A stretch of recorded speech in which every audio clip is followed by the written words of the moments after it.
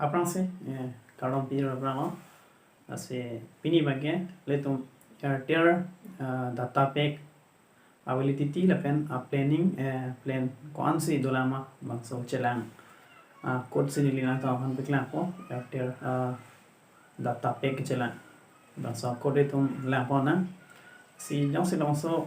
video jong si ta han personal ke rap do pradante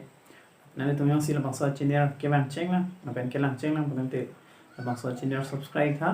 pen hala bell icon sumi berek non nili jong si video upload tante na tum lo notification star 125 star 1541 hash tante na tum dialing no ber non dialing no ber del tante na tum notification le po ada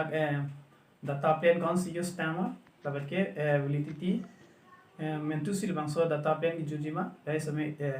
thaglong lo tum jo la si la so code lo si na tum ber tante na tum Airtel data plan man gen chini un po la asi putha chu nem tholo la bangso channel si kelang pen ningam samdo tante subscribe tha la pen bell icon sumi ber no nilion se video upload tante na tum notification long pipo pen masos video sumi answer share tha nan se